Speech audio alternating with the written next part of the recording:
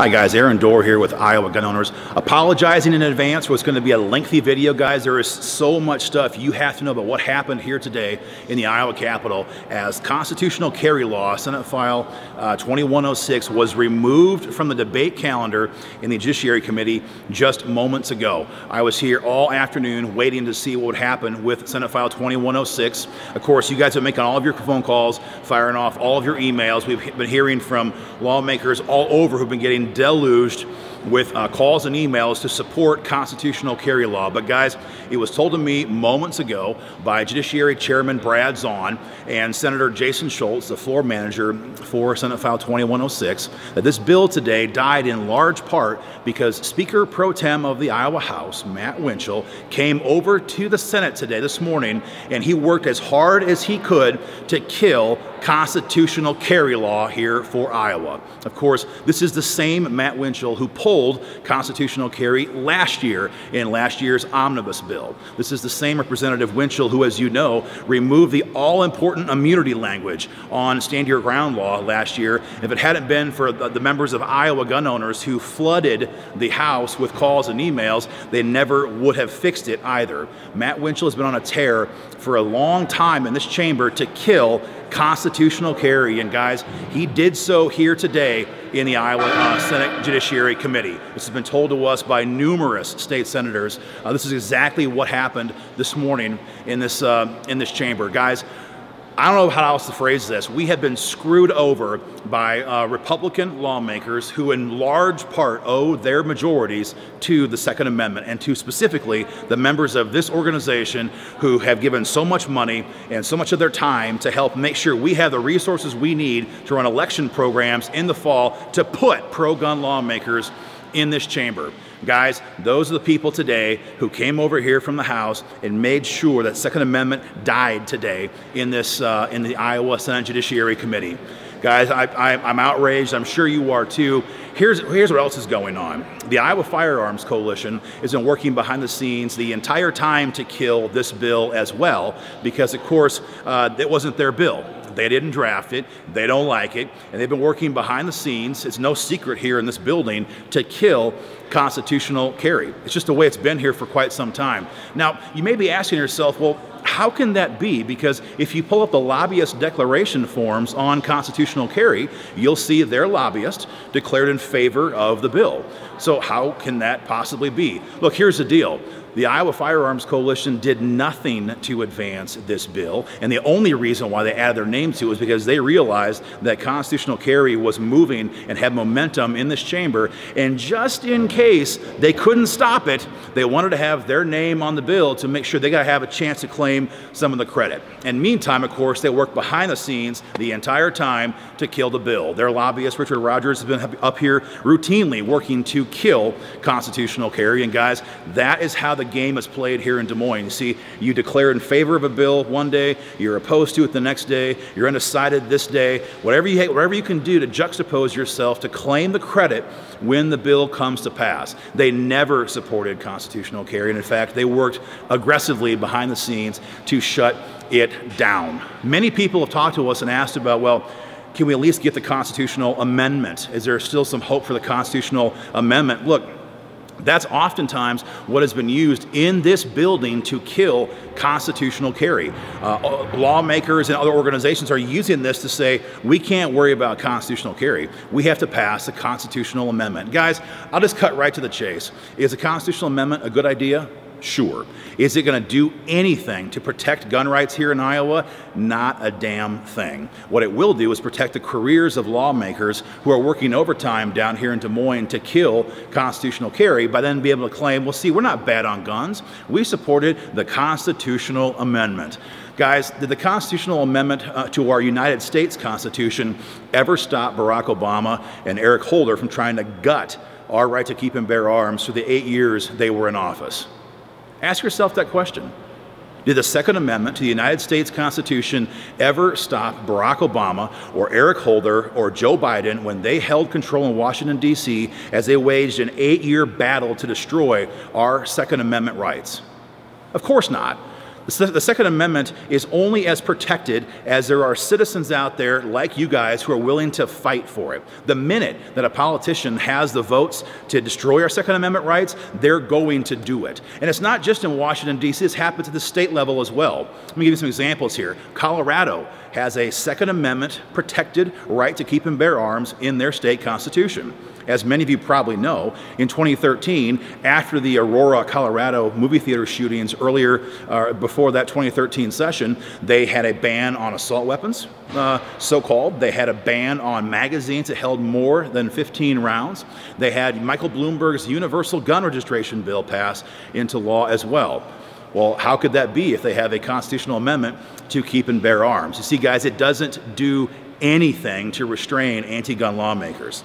In Connecticut, in 2014, they had a whole bunch of their gun rights destroyed. And you know what? Connecticut also has a constitutional amendment to keep and bear arms. Yet, now today in Connecticut, after the bills they passed a couple of years ago, you can't have any 50 caliber rifles. You can't have any mags that hold more than 10 rounds of ammo. Their AR-15s are completely banned, as are many of their clones.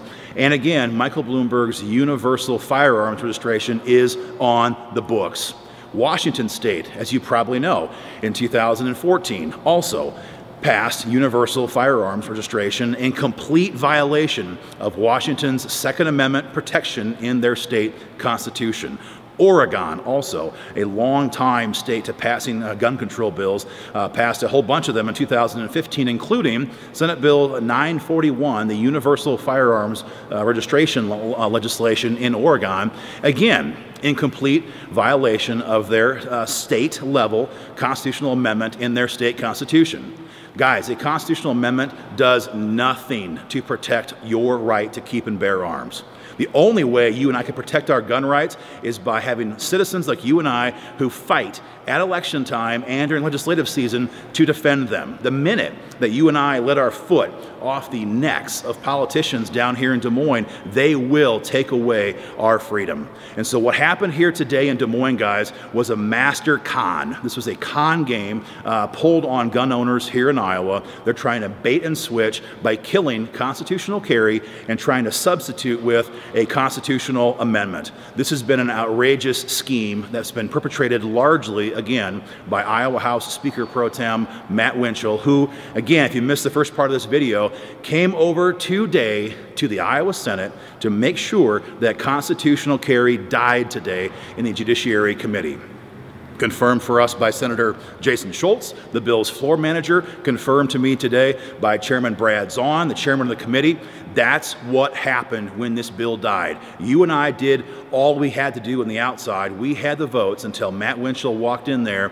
And of course, don't forget, they're all using the noise out of Florida in that shooting from yesterday as a further guise to protect themselves and say, see, we couldn't pass this right now. But guys, all that happened in Florida only served to double down on the reason why we have to have a Second Amendment and expand Second Amendment freedoms for law-abiding citizens. The shooter in Florida already passed a background check. So that background check, the vaunted Bloomberg background checks, did nothing to save those 17 people in Florida yesterday. The shooter also went on to a gun-free zone where firearms were already banned on property. All these gun control bills or gun control laws in Florida did nothing to stop this madman just yesterday. And so today in Iowa, when the Second Amendment needed champions, when the Second Amendment needed people to stand up and say, you know what, gun control is a failure every time we try to implement it, there was nothing but silence in that Senate Judiciary Committee. And don't ask me who voted yes and who voted no. That's how the game is played here in Des Moines. See, if they want to kill a gun bill but not feel the repercussions from law-abiding citizens like you and I, what they do is simply pull it from further consideration. That's what happened here today. There is no vote to tell you about. There's no yays and nays. These guys conveniently simply pulled a bill from consideration and shut it down. That's what happened here today in Des Moines, guys. Matt Winchell worked his tail off. Speaker Pro Tem worked his tail off to shut this bill down behind the scenes, and that is the story here from Des Moines. Now, guys, the story is not done here, however, yet, because we still have a variety of options to advance this bill using procedural options later on this session. We'll have much more in the days ahead about how that process works and what you have to do to help us get to that point. But, guys, I can't say enough how absolutely infuriating this is to us because, and to you I'm sure, because it was Iowa gun owners, not the Iowa Firearms Coalition. It was Iowa gun owners who spent $150,000 of your money in 2016 to give us a pro-gun majority down here in Des Moines. The NRA did very little by everybody's estimation in this building. The Iowa Firearms Coalition weren't even visible in the election season. Now, it was IGO members who made this happen. So now that we have these majorities, now that we have a chance to actually pass these major pro-gun bills, these same people now in the majority screwed you over today here in Des Moines. Guys, that's the bottom line. Missouri passed this bill 2 years ago. I was down there in Jefferson City most of that session helping to advance this bill. Down there, when the anti-gun caucuses began to scream and shout, the leaders of our bills down there and the pro-gun caucuses, they doubled down. They hammered these bills through as a great big screw you to gun control because they know the best way to protect their citizens in Missouri is to put more guns in the hands of law-abiding citizens. Here in Iowa, you and I were let down today by a very cowardly committee today who shut this bill down. Guys, that's all I have for you right now.